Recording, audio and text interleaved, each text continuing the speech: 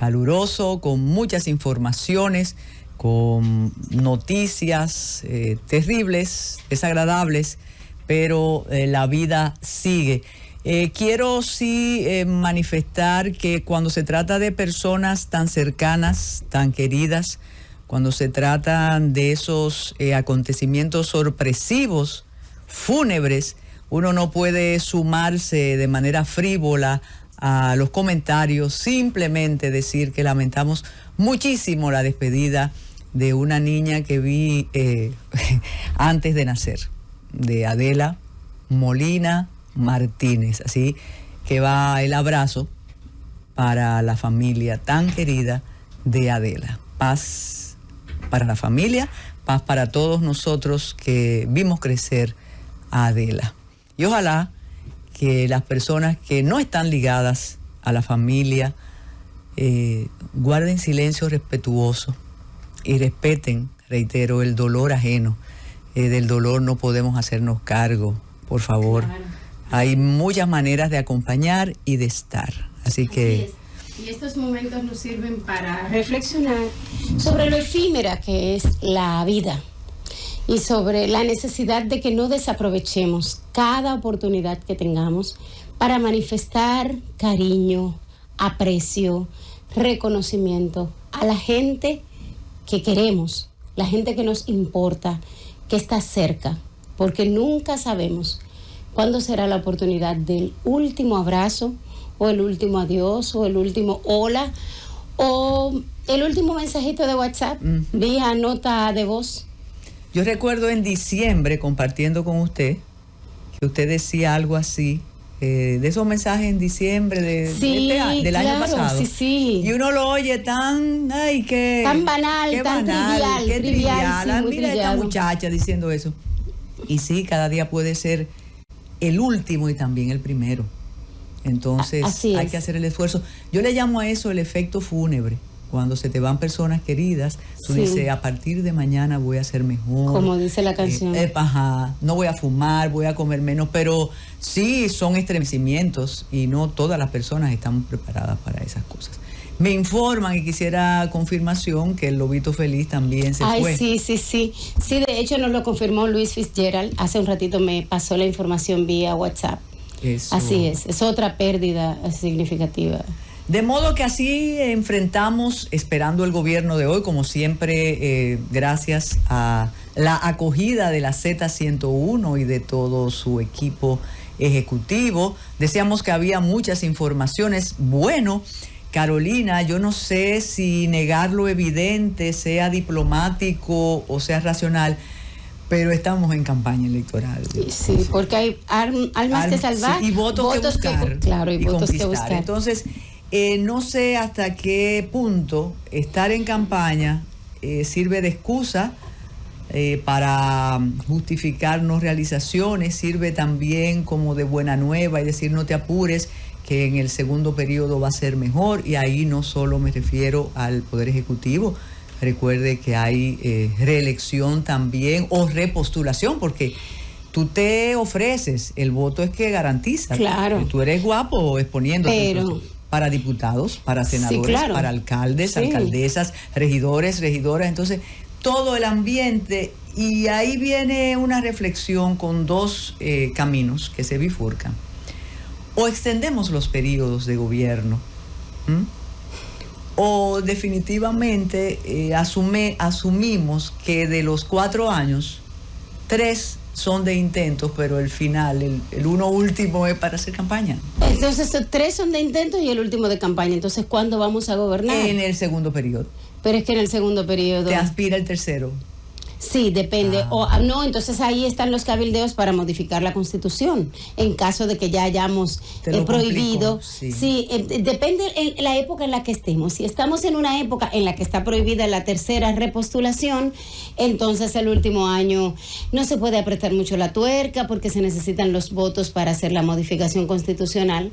Pero para uno lo seguir dice ahí como en broma, pero nosotros que tratamos de hacer programas un poquito diferente porque la coyuntura manda. Sí. Pero usted ve la agenda de todos los medios Y siempre tiene que haber un precandidato, un candidato, tiene que estar el discurso electoral porque de eso se trata.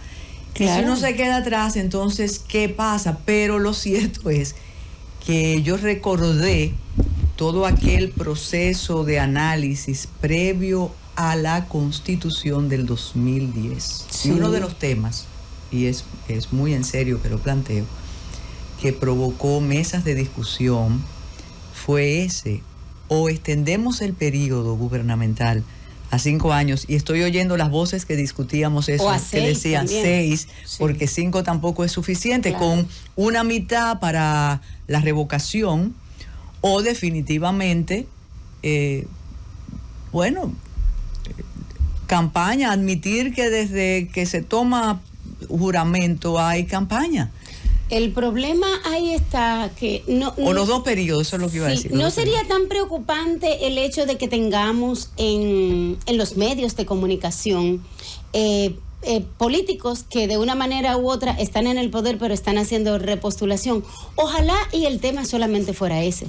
El problema es que a la hora de tomar las decisiones fundamentales, la implementación de las políticas públicas para los cambios estructurales que necesita el Estado dominicano, la sociedad dominicana para avanzar, el funcionario de turno o él o la asesora o el coasesor le dice, espérate, recuérdate que ese es un sector que nos interesa, o son padres de familia, o tú vas a estar en campaña en 6 meses, o ya estamos en campaña. Entonces, no es solo la parte de que los tengamos en la palestra, qué bueno que podemos tener un acceso a ellos. El tema es que a la hora de tomar las decisiones importantes, también están pensando que están en campaña, y de hecho hemos visto funcionarios de este y de otros gobiernos anteriores que no han sabido distinguir el discurso y el accionar cuando usted es candidato a cuando es funcionario. Bueno, todavía la semana pasada yo escuché algunos casos que estaban diciendo que fue culpa del gobierno anterior y que fue culpa de la... Caramba, tenemos 3 años y algo, ¿y cuándo es que va a dejar de ser culpa? Pero es que eso ha dado resultado, Carolina, y entonces si te da resultado, usted como estratega de comunicación tiene que usarlo.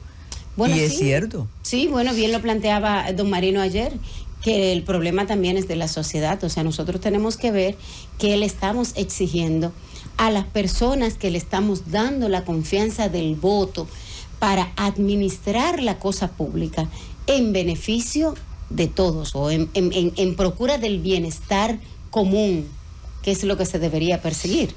Pero hay que ver si el electorado también tiene esa conciencia, o si incluso se ha procurado que el electorado no llegue a ese nivel de conciencia para poder manejarlo. Yo creo que estamos como muy profundos. Sí, y también hay un detalle que a mí me llama la atención, que todavía se discuta en los foros, y es el asunto de la compra y la venta. Yo, revisando en mis archivos, vi un artículo... ¿De los candidatos o de las cédulas? Porque en un mes vamos a empezar también a hablar de las compras de las cédulas. No, porque ya Participación no se ocupa de eso, ¿no? Pero, y mire que eso era un asunto superado incluso desde la Junta Central Electoral. Claro que sí. En gestiones anteriores se habían preocupado y ocupado por el tema. Sí, además eso no tiene gran importancia, porque, bueno, pero cuando el mismo tema es que si compraron, que si vendieron, yo siempre, y le digo que encontré un trabajo de hace muchos años, donde compran, venden. No te secuestran para comprarte, claro, tú te ofreces. Sí, eso es lo mismo que la corrupción. Para ver un corrupto, tiene que haber un corruptor. Claro, un prostituido y un prostituyente. Mire, y a propósito, ¿le gustó? Sí. Y a propósito de vocaciones, hoy, un día como hoy, en el 1979, el territorio se estremeció con David. Sí. El huracán más terrible que hemos tenido después de San Zenón, pero eran situaciones distintas, políticas, históricas, orográficas, territoriales, poblacionales, muy diferentes. Y las características incluso de la construcción, claro, que también era diferente. Y recuerde que ese es el punto de partida que yo utilizo cuando la gente me dice, cuando las personas me dicen, ¿y qué edad tú tienes? Porque usted sabe cuando David... con los temas que yo hablo, todavía el día de hoy, incluso por acá, por la emisora, las personas que luego me ven personalmente dicen, pero yo creí que tú eras una señora. Y yo, no, yo soy un muchacho que trata temas adultos, temas de gente grande. Entonces, para yo hacerle como un parte de agua, yo le digo, yo no vi el ciclón David, o sea, yo no existía para el ciclón David. Entonces ahí la gente se percata de que está hablando con un muchacho que trata temas. Sí, porque ese es un límite, claro. Como la revolución, cuando yo llegué de la provincia, que la mayoría de mis amistades habían estado en la refriega, y como usted dice, yo era un muchacho y siempre estaba con ellas y ellos decían, pero tú estuviste. No, yo andaba en Velocípedo en Puerto Plata, cuando eso todavía. Pero miren, así como San Zenón dio paso a la tiranía, porque eso recibió a Rafael Leonidas Trujillo Molina, y sin hacer el símil en cuanto a la característica del régimen, pero recordemos que apenas tenían meses, un año tenía el gobierno de don Antonio Guzmán Fernández, que había asumido el mando en agosto del 78. Claro. El cambio, así era que se decía, el cambio va. Esa era una transformación. O sea que no es yo recuerdo tampoco. El titular, pero no hay nada nuevo debajo del sol, decía. Vamos a hacer una agencia de comunicación, yo tengo otra socia y podemos hacer... Sí, déjeme decirle que sí, claro. El titular, y don Bienvenido debe recordarlo, de Última Hora, o del Nacional, que se vendía en la San Martín con Tiradentes, decía, el cambio va, 1978. Wow. Entonces, tenía el gobierno esa fecha y aquello fue sencillamente devastador, sobre todo que 2 días después vino Federico. La tormenta Federico. O sea, llover sobre la lluvia. Sobre mojado, claro. Y sobre todo en el sur cercano, San Cristóbal, Jaina, Baní, que de por sí habían quedado devastados con el huracán David. Entonces esa tormenta Federico acabó de llevarse. Y hay un detalle, usted que no es de cuando David, y lo mencionaba doña Gloria Ceballos y otras personas expertas en fenómenos meteorológicos, y siempre Osiris de León, no teníamos los instrumentos que tenemos ahora, que usted en su celular puede ver la trayectoria. Claro. Hubo una serie de equívocos en cuanto a la ruta y por eso fue aquello terrible. Y en ese momento se destacó un joven secretario de Agricultura, no se decía ministro entonces. Hubo una época de ministros, después cambiaron para secretarios. Hasta el 2010, que con la nueva constitución, entonces pasamos a los ministerios. Y ese joven secretario de Agricultura tenía como nombre Hipólito Mejía Domínguez, que rescató el campo y provocó o permitió que no hubiera una hambruna en la República Dominicana. Salvó cosechas. Mis abuelos me contaban. Distribuyó las cepas de plátanos que había. No sé cómo pudo ser aquello, pero se destacó entonces don Hipólito, el muchacho Hipólito. A mis abuelos les tocó en San Cristóbal y desde esa época hasta recientemente tenían el sembradío de plátanos de esa época, de los que entregaron, de las cepas que entregaron cuando el ciclón David y la tormenta Federico. Que después le voy a decir algo que decían luego. Pero entonces es una efeméride que yo creo que hay que resaltar, y la resiliencia que tenemos como pueblo. Yo regresé, yo no estaba aquí, yo regresé en diciembre y después de 2.000 muertos se calcularon. ¿No estaba en el país? No estaba aquí, estaba estudiando. Y recuerdo que en medio uno se lo imaginaba lleno de cruces el territorio, y había una fiesta con Johnny Ventura para levantar el ánimo. Entonces esa es la forma que tenemos nosotros de enfrentar las desgracias. Así es. Bueno, antes de irnos a la pausa, está pendiente, que de hecho me han estado escribiendo en las redes, que reaccione ante la denuncia de David Ortiz que ha sido víctima de extorsión y fraude por un acceso a su dispositivo electrónico, a su teléfono que usaba desde hace 15 años.